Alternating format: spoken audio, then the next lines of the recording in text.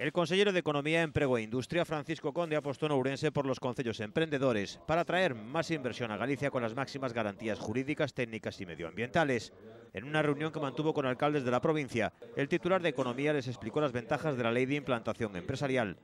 profundizando en su carácter participativo, al igual que ya se hizo en la fase de exposición pública. Y les aseguró que la Xunta seguirá apostando por el consenso para hacer efectivas las ventajas de la nueva normativa.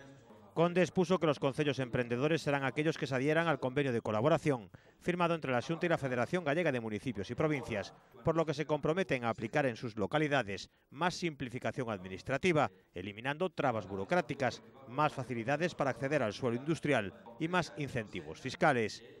Entre las facilidades que ofrezcan estos municipios, destacan la tramitación de licencias de obra en un mínimo de 30 días desde que se disponga de todos los informes, la supresión de la tasa por licencia de obra y apertura en todos los proyectos empresariales vinculados a los objetivos de la Industria 4.0 o de la Estrategia de Especialización Inteligente de Galicia, ofrecer suelo industrial municipal de forma bonificada o mediante alquiler y bonificaciones de hasta el 95% en impuestos.